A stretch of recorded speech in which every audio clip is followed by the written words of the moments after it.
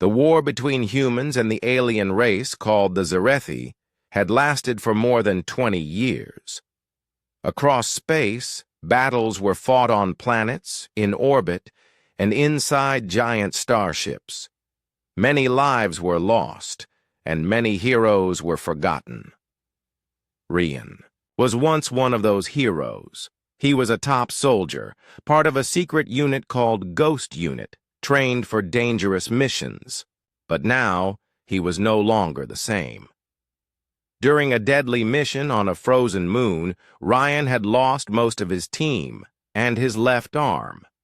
The Army declared him unfit for combat and sent him to a small outpost on a dull desert planet called Draelus IV. The outpost was not a place for action. It was where broken machines and broken people were sent. Soldiers here didn't fight. They fixed walls, watched for nothing, and waited to be forgotten. Ryan arrived quietly. He wore an old uniform. His right arm was strong, but his left sleeve was empty and pinned. He didn't speak much. The other soldiers stared at him but didn't say anything. Some whispered, "That's him, the one-armed ghost." Others just looked away. In the outpost's workshop, a smart and sharp woman named Tara worked as the lead technician. She was younger than Ryan, but she didn't show fear. She had seen many soldiers like him, sent to Draelus IV to rot. One morning, Tara walked past the training field and saw Ryan standing alone. He was practicing punches with one arm, hitting a dummy over and over. Sweat covered his face, but he didn't stop. No one else trained anymore, not here. She walked up and crossed her arms. "No one wins with one arm," she said plainly. Ryan turned and looked at her. For a moment, silence hung in the air. Then he smiled. "Good," he replied. "I'm not here to win. I'm here to end them." Tara blinked. She had not expected that answer, but she didn't laugh or walk away. She stayed and watched him train for a while longer. Later that day, Tara searched the Army files. She found Ryan's old record. It was sealed under classified status, but she had enough clearance to peek. What she read shocked her. Ghost Unit had once completed missions that no other unit could. They worked behind enemy lines, inside Zarethi ships, and on unstable planets. They did things that looked like stories, except they were real. And Rian had led most of them. She also saw the report of the mission where Ghost Unit was lost, an ambush. A powerful Zarethi creature had crushed their vehicle. Ryan had fought back and rescued 2 scientists before losing his arm. Tara began to see him differently. The next morning, she brought Ryan a modified training device. "You'll break your shoulder if you keep punching like that," she said. "Use this. It adjusts balance for one arm." Ryan took the device with a small nod. "Thanks." Over the next few days, Ryan trained harder. He ran laps, climbed walls with one arm, and learned to shoot again with only his right side. It was not easy, but he kept going. Soldiers from the outpost began watching him from the windows. Some even joined the training field. One of them, a heavy-built man named Boro, approached him one evening.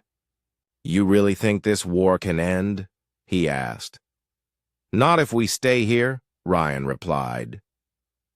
Ryan had a plan, one he didn't tell anyone yet. But he needed more than just strength. He needed people who were not afraid to fight again, even if they had lost something. People like him. That night, Ryan sat with Tara in the empty mess hall. She sipped coffee while typing on a small screen. "I read your report," she said softly. "They said you were lucky to survive." "No," he said. "I was angry." "That's What kept me alive? She looked up. What do you want now? I want to build something again. A unit. Not like before, but better. Smarter. People who've lost something but still have a reason to fight. You'll need tech, better tools. And data, she said. Rian nodded. That's why I need you. Tara gave a slow smile. All right, but if you get us all killed, I'll be the first to haunt you. The next day they started small. Tara repaired old drones and scanners. Ryan helped others train, people who had injuries, fears, or doubts. Soldiers began to feel hope again, something they hadn't felt in years. In the evenings, the group would sit around a fire pit near the training ground. Ryan told quiet stories from the early days of the war, not of glory, but of survival. He ended one story with the words, "I don't care if we're broken. That just means we've already survived the worst." Tara watched him from the side. She remembered what he had said the first day. "I'm not here to win. I'm here to end them." And for the first time in a long while, she believed it might be possible.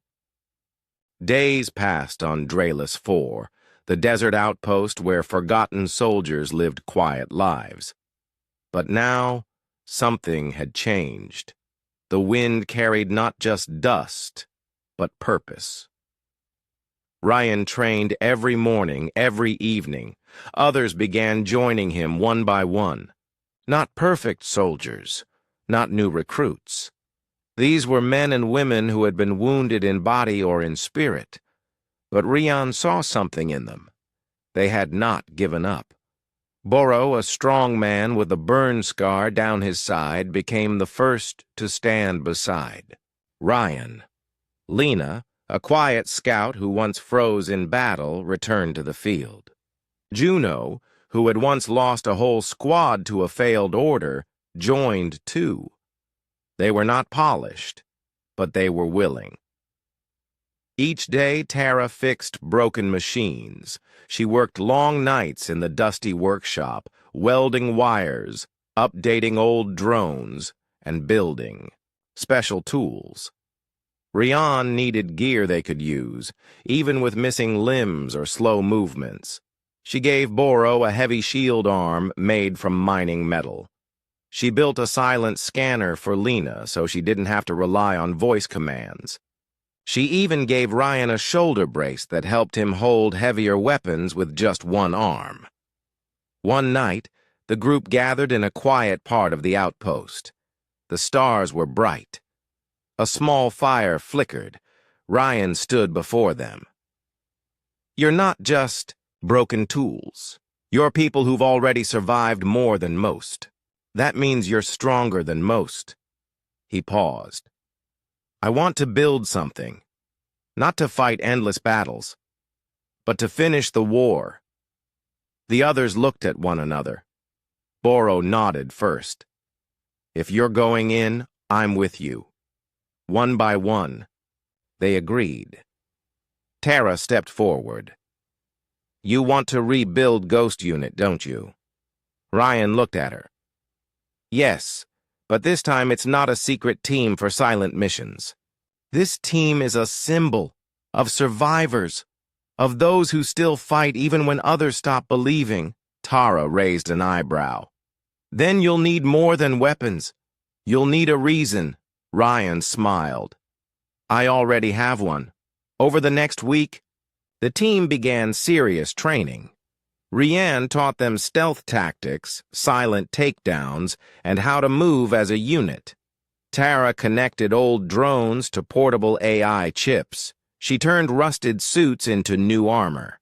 They trained in the rocky canyon outside the outpost, jumping between cliffs and crawling through dust storms. Even the commanders of Draelus 4 started noticing. One officer asked Tara, "Why is a bunch of rejects running war drills?" She only smiled. "Because they're not rejects anymore. Ryan named the team New Ghost Unit.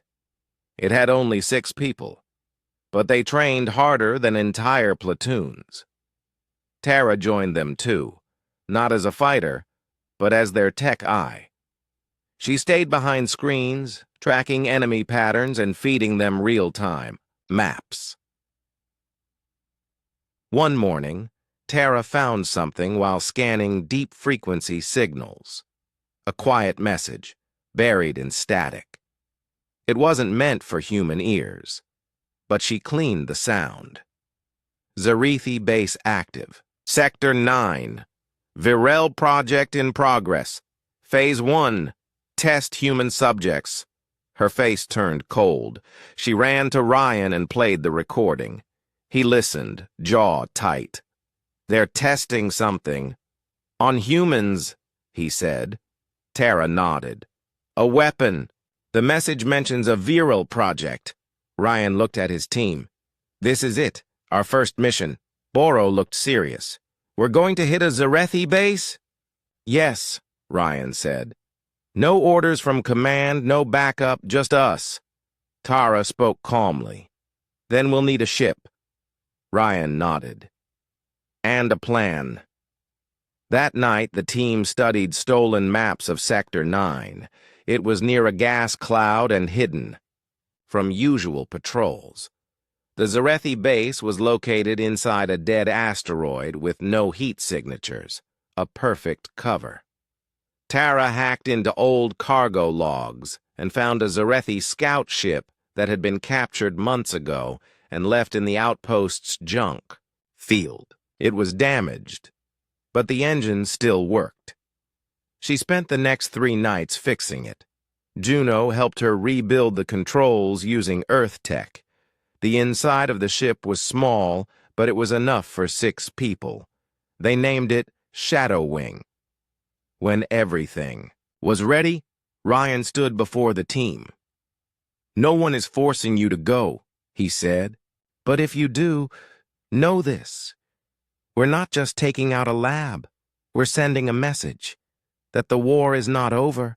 That the ghosts are back. Lena smiled faintly. Let's make them afraid again. Before dawn, the ship lifted quietly. From Drellis 4. No alarms, no alerts. Just silence. Tara stayed behind to be their eye from the base. She watched the radar screen, fingers tense. Good luck, she whispered. Inside the Shadow Wing, Ryan looked out the window at the stars. He remembered Tara's words the first time they met. No one wins with one arm, and his own reply, I'm not here to win. I'm here to end them. Now, that moment was real. Ghost Unit was flying again, not perfect, but ready. They were going to strike deep into enemy space. Not for glory, not for medals, but for the ones who were lost. And for the ones who were still suffering. The Shadow Wing flew through the dark space near the edge of Sector 9. The old Zarethi ship was quiet and cold, just like the space around it. Inside, Ryan sat at the front, eyes locked on the glowing screen. The base was close now. Behind him, Boro checked his heavy armor. Lena cleaned her silent rifle. Juno packed small explosives into a black bag. Every person was focused. Every move had purpose. They were going into a secret Zarethi lab, the one testing a weapon called Virel Pulse. The Zarethi planned to use it to stop all human communication. If it worked, colonies would fall, fleets would lose contact, and Earth would be blind. Rian knew this could not be allowed. On the screen, a gray asteroid appeared. It floated between 2 broken moons, hidden in a dusty gas cloud. To most people, it looked like a dead rock. But deep inside, a base lived. This is it, Ryan said quietly. The team put on stealth suits. Tara's voice came through the comms, from far away on Drellis 4. You'll need to enter from the lower vents, she said. The top is guarded by drones. Watch for heat sensors. Ryan nodded. Copy that. The Shadow Wing moved under the asteroid, and the team slid out through the lower hatch. Using magnetic boots and climbing ropes, they reached a small metal grate and cut it open. One by one, they entered the base. Inside, the air was cold. Lights flickered along the walls. The Zarethi used a mix of machines and slime-like material for their structures.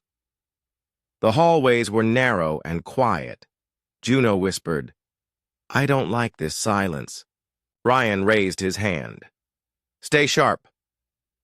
They moved through vents, corridors, and tunnels, avoiding guards and sensors. Tara guided them by voice. "You're close to the main lab. Go right at the next split." When they reached the lab, they froze. Behind, a glass wall. Human prisoners were lying on metal beds. Strange lights moved above them. Zarethi scientists, tall, thin creatures with smooth gray skin and glowing eyes, stood nearby, writing symbols on floating pads. "They're testing the viral pulse on them," Lena said in a low voice. Ryan's hands tightened into fists. These were civilians, taken from colonies or captured ships. Boro whispered, "What now?" "We stopped this," Ryan said. They set the charges. Juno placed small bombs near power panels. Lena hacked the control doors. Boro stood ready with his shield. Ryan checked his weapon, modified to work perfectly in one hand. "On my mark," Ryan said. The lights in the hallway flashed red. Loud alarms rang out. "Now!" Ryan shouted. They burst into the lab. The Zarethi turned in shock. Boro ran forward and blocked a plasma bolt with his metal shield. Ryan fired clean shots, hitting the weapons in the aliens' hands. Lena threw a stun flash. Juno rushed to the prisoners, unlocking the bed clamps. Tara's voice came through, fast. "Ryan, more guards are coming from the West Wing. You need to move." Ryan helped a weak prisoner stand. "How many can walk?" "Only 5, Juno said. "The others are too weak. We take who we can. The rest, we come back." 4, they guided the prisoners out. Lena led the way, checking corners. Boro stayed at the rear, shield raised. But then, something heavy hit the wall behind them. Boom! A large Zarethi guard, taller than any before, stepped into the hallway. Its body was covered in thick armor, and its arms glowed with energy. "Go!" Boro shouted. "I'll hold it." "No," Ryan said. But Boro ran forward, smashing his shield into the giant. The hallway shook. Ryan knew there was no time. If they stayed, they would all fall. "Move!" he ordered. They rushed back to the vent they came through, pulling the weak prisoners with them. Behind, they heard loud crashing sounds as Boro fought. Outside, the cold space hit their suits. Tara spoke through the comms, voice tense. "Ryan, Boro's signal is still inside." "I know," he said, breathing heavy. "We're not leaving." "Him!" The Shadow Wing floated nearby. Juno pulled the prisoners inside. Lena helped start the ship. Ryan stared back at the vent. Then suddenly, Boro's body was pushed out of the vent, floating toward them. He was breathing, but hurt. The enemy had knocked him out of the base. Ryan pulled him in. "Stubborn as always," he said with a half smile. They flew fast, leaving the asteroid behind. Juno hit the trigger. Boom! The base shook, and flames burst from the side. The charges had worked. Hours later, the Shadow Wing landed on Drellis 4. Doctors rushed to help the prisoners. Command sent a message asking, "Who gave you orders for this mission?" Ryan only answered, "No one." Tara stood beside him. "You'll be in trouble." "Let them come," Ryan said. Later, he sat with Boro, who had a cut on his face but was smiling. "You really weren't here to win, huh?" Boro said. "No," Ryan said. "But we just ended their test project." Tara joined them with a data pad. "I decoded more messages from that base," she said. "There's something worse coming. Something called the High Core. But there's also something else. A voice. A Zarethi voice asking for help. It might be a message from inside their own empire." Ryan looked at her. "Then we listen," he said. "If there's division among them, that's our next move." Tara looked at the sky. "This war isn't just about guns anymore." "No," Ryan said. "Now it's about the truth." And as stars shined over Draelus IV, the new Ghost unit prepared for their next mission, not just to fight the enemy, but to find the cracks in the empire that had ruled with fear for too long. After the attack on the secret lab, the new Ghost unit had returned to Draelus IV with injured prisoners and a ship full of stolen data. The mission had been dangerous, but successful. Still, Ryan knew it was only the beginning. Inside the stolen Zarethi files, Tara had found something strange. Among the usual codes and commands, there was a soft message, different from the others. It was not a threat. It was a call for help. The voice in the message spoke in the Zarethi language, but Tara had translated enough to understand. "I am Lunari of the White Mines. We do not follow the fire path. We seek peace. If anyone hears this, we must speak." Tara played the message for Ryan and the others. Boro frowned. "Zarethi asking for peace? Sounds like a trap." Lena looked thoughtful. "Or maybe it's real. Not all humans agree on war either." Ryan nodded. "If the Zarethi are divided, that changes everything."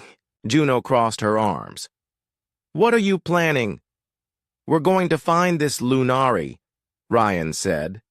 "If there's a part of their empire that wants peace, we need to hear them."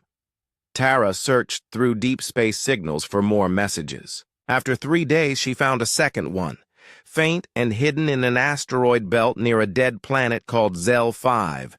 "This could be it," she said. "There's no military activity there, just silence." Ryan made the choice. "We'll go." They repaired the Shadow Wing again and flew out under stealth cover. The trip took 1 full day. When they reached Zel 5, they found a small ship hidden under the rocks. It was Zarethi in design, but strange. No weapons, no guards, just a single figure standing in the dust. Ryan and Lena stepped out of the ship slowly. The figure stepped forward. A tall Zarethi female with pale skin and soft eyes. She wore a light silver robe instead of armor. Her voice was calm. "I am Lunari," she said. "You are the ones who attacked the Virel base?" "Yes," Ryan answered, "and we saved the people your kind were testing." Lunari bowed her head. "That project, we tried to stop it. But the Fire Lords do not listen to reason. They believe in strength only." Ryan's tone was steady. "Then why call us?" "Because we are many, but we are hidden. The White Mines were once teachers, healers, and thinkers. We believed in learning, not control. But the war changed our empire. Now voices like mine are hunted." Lena asked. "Why help us now?" Lunari looked up at the stars. "Because soon the Zarethi will strike your homeworld, Earth. They are building a fleet and a weapon far stronger than the virile pulse. It is called the High Core." Tara spoke through the comms. I've seen mentions of the High Core. No details, just whispers. Lunari continued. It is not just a weapon. It is a command center, built deep inside our capital. From there, all battle plans, ship movements, and drone armies are controlled. If you destroy it, the war ends. Ryan's voice turned firm. Why tell us this? Won't they find you? I no longer care, Lunari said. If we stay silent, both your kind and mine will suffer. She stepped forward and handed Ryan a small disc. This holds maps, codes, and guard patterns. But you'll still need to get inside. That will not be easy. We don't do easy, Ryan said. Back on Drellis 4, the team reviewed the disc. It showed the location of the Zarethi capital, deep inside a red nebula, hidden behind a fleet of warships. Boro scratched his head. That's a fortress. Yes, Ryan said. But now we know where to strike. Tara pointed at the map. There's a weak spot, an old maintenance tunnel used for energy lines. If we enter through there, we avoid the main gates. Juno looked serious. If this fails, we die. Ryan looked at each of them. And if we don't try, Earth dies. Thus, room went silent. Then Boro stood up. Then let's get ready. Before leaving, Rian met Lunari again, this time in a quiet cave far from Drellis 4. She brought a crystal glowing with soft white light. This is for your tech head, she said. It can power your ship's stealth field much longer. Rian took it. Why are you helping us so much? Lunari looked at him gently. Because you came with one arm, no flag, and no army. Only a purpose. That is rare, even among my people. She paused. You are not trying to win. You are trying to end it, and that gives me hope. Ryan gave her a small nod. Then let's end it together.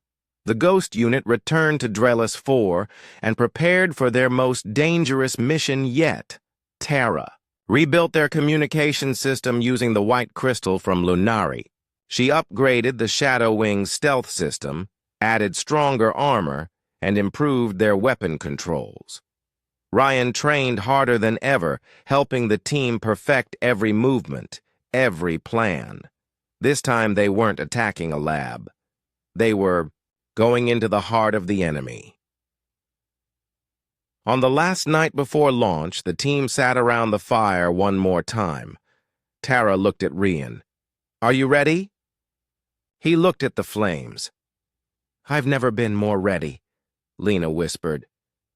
Do you think the white minds will rise after this? If we do our part, Ryan said, they will have the chance. Juno smiled slightly. Then let's give them that chance. As the Shadow Wing rose into the stars once again, Ryan looked out the window. Somewhere out there was the High Core, a place that controlled war, pain, and death. But it was not untouchable. Not anymore. The new Ghost Unit had come far, from broken soldiers to silent warriors. Now they were going to strike at the heart, not for medals, not for orders, but to finish what had begun and maybe, just maybe, to bring peace. The Shadow Wing flew through space, silent like a ghost. Inside, the team sat in full armor. No one spoke. Every face was serious.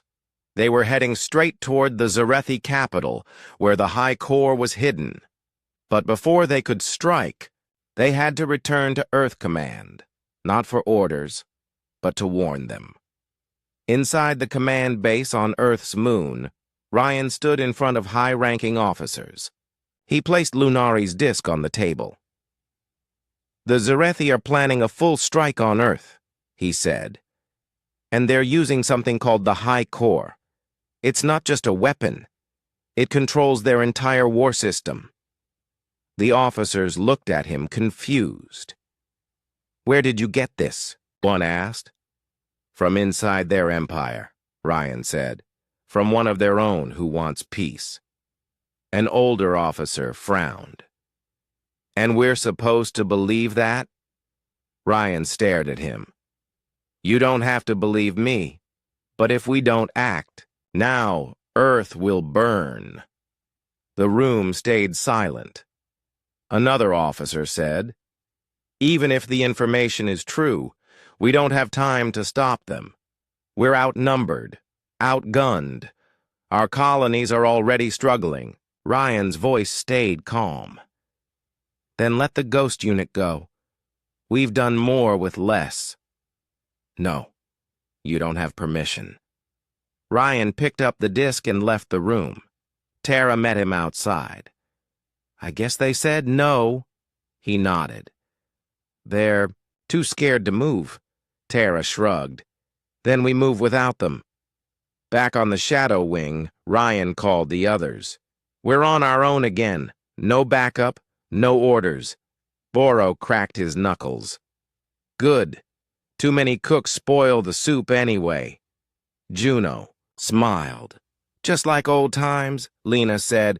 What's the plan? We prepare Earth and the colonies ourselves, Ryan said. We share what we've learned. We give them what they need to fight. Then we go to the High Core and shut it down. Tara started working on the ship's system. I'll send the files to all human colonies, maps, weak points, fleet routes. Juno added, we can hit Zarethi supply lines too, slow down their invasion. Ryan nodded. Let's do it. The next few days were full of action. The ghost unit split into small teams. Each member went to different human outposts and space stations. Ryan and Lena flew to a colony on Nova 12, where fear was already spreading. People were packing, preparing to run. Ryan spoke to the colony leader. You don't need to run, he said. You need to fight. But we're farmers and miners, the leader said. We don't have soldiers. You have hands, eyes, and a reason. That's enough. Ryan showed them how to build basic defenses, how to hide from drones, and how to send alerts. On another colony, Juno and Boro destroyed a Zarethi fuel station. The explosion lit up the sky. Everywhere they went, hope grew.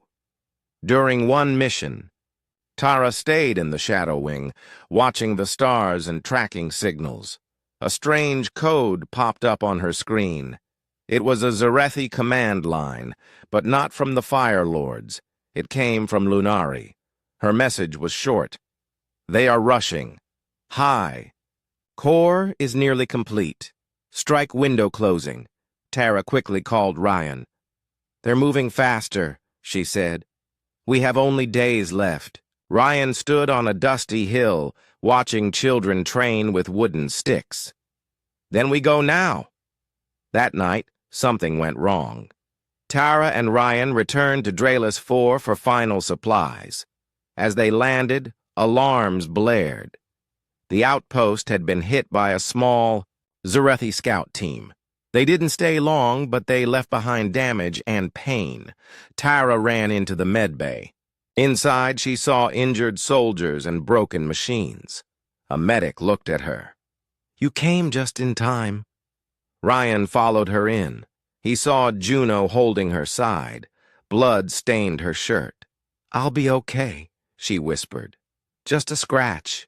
But her eyes said something else. She was in real pain. Tara began working quickly, helping the medics, setting up new tools and fixing damaged drones. Ryan helped too, but his face stayed dark. Later, outside under the stars, he sat beside Tara. This was supposed to be a quiet stop, he said. Tara looked at him. They know we're moving. They're afraid, Ryan said. That's good. But now it's personal.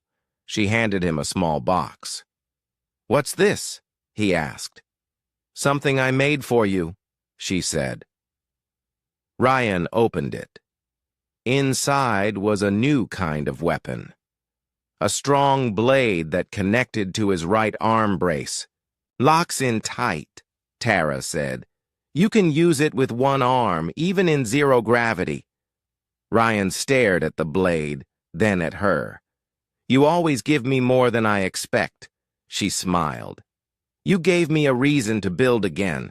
The next day, the Ghost Unit gathered one last time on Drellis 4. Each member was ready. Lena had her rifle and recon gear. Boro wore a new heavy shield. Juno had a medic unit strapped to her chest, even though she was still healing. Tara packed her tech case tools and backup drones. Ryan looked at them. "This is it," he said. "We don't know what we'll find.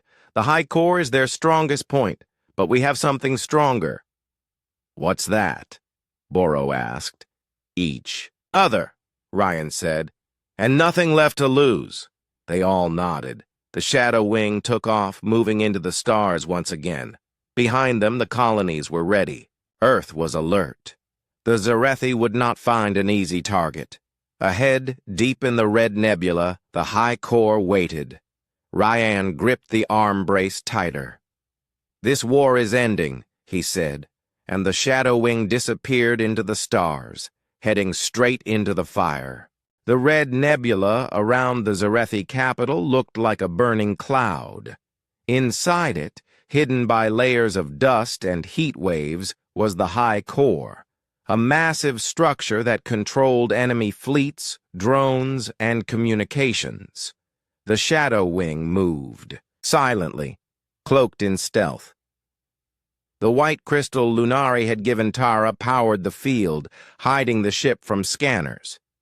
Inside the ship, Ryan stood in front of the team one last time. "This is the final run," he said. "Once we go in, there's no turning back." Boro smiled. "That's fine. I wasn't planning to come back." Lena checked her gear. "We've trained for this." Juno, still healing, nodded. "Let's finish what we started." Tara sat at the control panel, guiding the ship through the narrow path between enemy patrols. "One small mistake," she said, "and they'll see us." Ryan stood behind her. "Then we don't make one." The high core came into view. It looked like a black pyramid floating in space, surrounded by rings of spinning machines. Thousands of drones circled it like metal bees. At the top, a glowing red eye pulsed slowly. It was the command hub. Tara whispered, "We can't go through the front." "Too many defense cannons." Ryan pointed at the side. "There, that tunnel. It's the old maintenance line Lunari told us about." Tara turned the ship and flew into the shadow of the spinning ring. The Shadow Wing landed on a small docking panel hidden behind broken metal. The team jumped out. They wore light armor, black and silent. Each step was quiet, each breath steady. They entered the narrow tunnel. Inside, red lights flashed on the walls. The air smelled like burning wires. The passage was tight, but they moved fast. Tara followed the map Lunari had given them.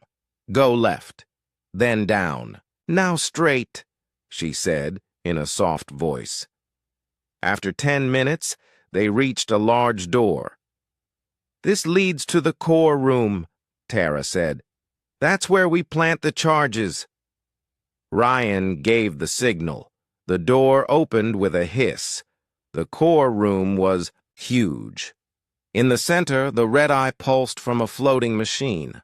Wires stretched from the walls into its sides like roots. Screens showed live maps of space, Zarethi fleets, and human colonies. 3 Zarethi guards stood near the center, tall, armored, and alert. Ryan raised his weapon.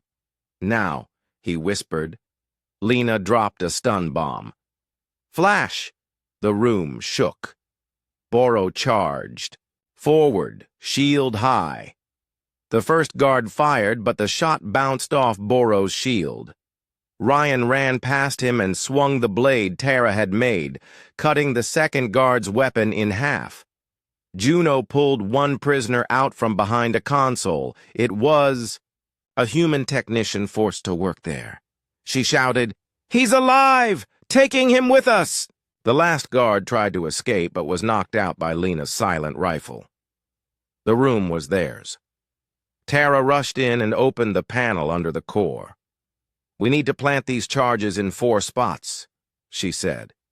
"And we have 10 minutes before they detect the breach." Everyone moved fast. Ryan and Juno placed charges on the north and west walls. Tara did the east side. Boro handled the last one on the central unit. As they worked, a loud alarm rang out. Beep! Tara's eyes widened. "They know we're here!" Ryan shouted. "Tara, how much time do we need?" 2 more minutes. But the door behind them slammed open. A huge Zarethi general stepped inside.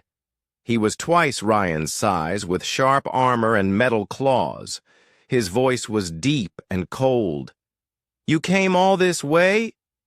With 1 arm?" Ryan stood tall.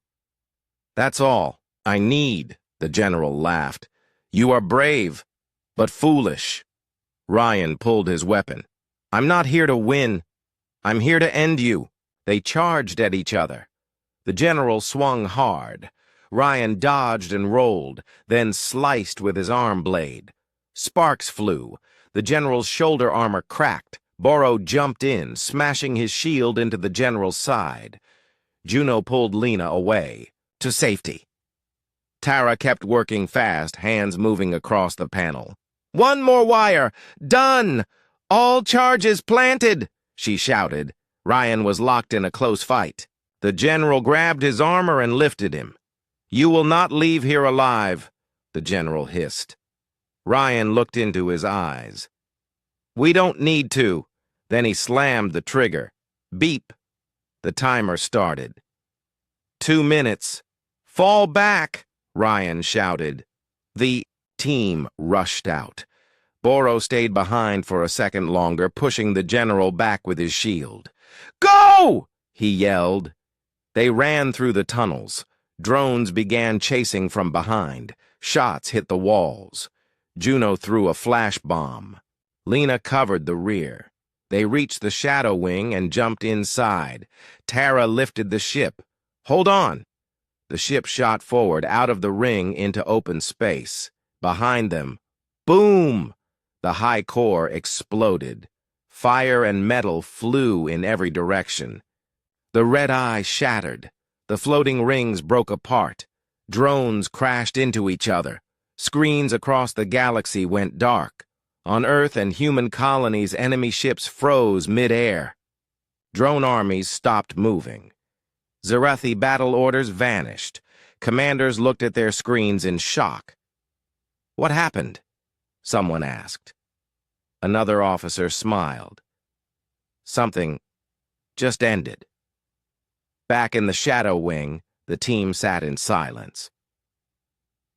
Ryan looked at the screen showing the destroyed core. "It's done," he whispered. Juno leaned back. No orders, no medals, just peace. Boro smiled. "That's all we ever needed." Tara looked at Ryan. "You really did it, with 1 arm." Ryan gave a quiet laugh. "No, I did it with all of you." And for the first time in years, the stars looked quiet. The war was over. After the high core was destroyed, the Zarethi fleets stopped. Their machines froze. Their weapons turned quiet. People on Earth, Mars, and across the human colonies waited for another attack. But nothing came. A week passed. Not a single drone moved. The Human Alliance Council declared victory, but they called it a silent one. No grand parade, no music, only silence, peace, and relief. Far away from the city, in the green valley of Virene, A small house stood near the edge of a lake. A soft breeze moved the tall grass. Birds flew low, dipping into the water. The sky was bright blue with soft white clouds. Inside the house, Ryan sat at a wooden table holding a hot cup of tea in his one hand. His arm sleeve was rolled and empty, but he didn't hide it anymore. Across from him, Tara smiled as she placed warm bread on the table. "You wake up before the sun again?" she asked. Ryan nodded. "Old habits." Juno walked in, stretching. Her arm was bandaged but healing. "I smell food." Boro followed behind her, carrying firewood. "And I see lazy friends," he said with a grin. Lena was outside feeding. 2 small birds that had nested near the house. It was peaceful, different, strange even, but it felt real. Later that day, the team sat near the lake. Ryan looked at the calm water. "I keep thinking, what if it wasn't enough? What if they rebuild?" Juno shook her head. "They built their empire around the high core. Without it, they're like ships without a captain," Tara added. "Some of them might still be out there, but they can't talk to each other now, and they can't move in one direction. They're lost." Boro leaned back against a tree. "We gave the galaxy a break, a chance to breathe." Lena nodded slowly. "We didn't win by being stronger. We won by knowing what needed to end." A small flying drone beeped in the sky. It wasn't Zarathi. It was a human scout drone, painted blue and silver. It hovered for a moment, scanned the group, and then played a message. A soft voice came from the drone. "This is Counselor Mina of the Human Alliance, to Ryan and his team. Thank you. If you ever return, there is a seat for each of you at the high table." Ryan stood and looked up at the drone. "Tell them thank you," he said. "But we're not coming back. We have a home now." The drone blinked once, then flew off. At night, the stars filled the sky. The lake reflected the sky like a mirror. Crickets sang softly in the grass. The team sat around a small campfire. No weapons, no alarms. Just quiet talking and soft laughter. Tara handed everyone a small carved stone. "I made these from the rocks near the water," she said. "Each one is different. Like us." Juno turned hers in her hand. "Feels real, solid." Boro smiled. "I'll keep it next to my bed." Lena looked up at the sky. "You know, I never thought I'd see stars like this again." Ryan stared into the fire. "I used to think about revenge, about fighting until my last breath." He paused. "But this is better." No one spoke for a few seconds. The fire crackled gently. Tara broke the silence. "We saved a lot of lives, even if they never know our names." "They don't need to," said Juno. "We didn't do it for that." In the morning, fog rolled across the valley. Ryan walked, alone to the edge of the lake. He picked up a small stone and tossed it into the water. Ripples moved across the surface. He heard soft footsteps behind him. Tara joined him. "Trouble sleeping?" He nodded. "I dreamed of the core again." She touched his arm gently. "That place is gone now." Ryan turned to her. "Do you think they'll ever come back?" Tara looked at the rising sun. "Maybe. One day.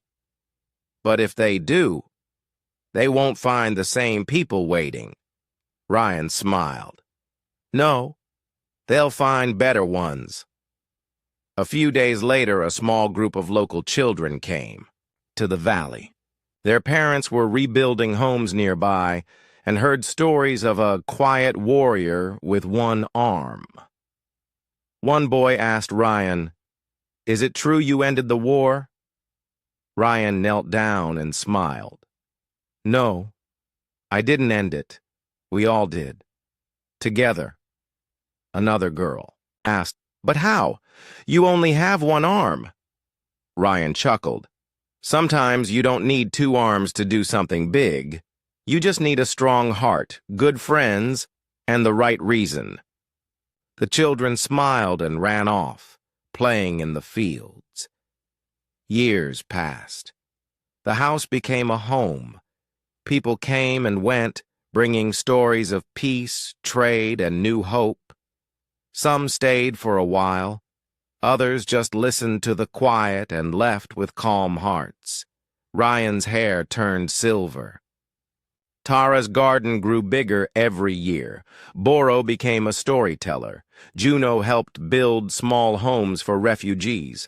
Lena taught young pilots who wanted to learn, not to fight, but to protect. No statues were made, no books were written, but in small corners of the galaxy, pilots whispered about the one-armed man who ended a war, not for glory, but for peace. One evening, Ryan stood at the hill above the lake. The sun was setting, painting the sky orange and gold. Tara came to his side. He looked at her. "No one wins with one arm," she said softly, repeating the words from long ago. He smiled.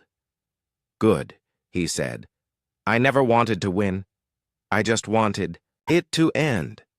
They stood together in silence as the stars came out one by one, and the galaxy remained still.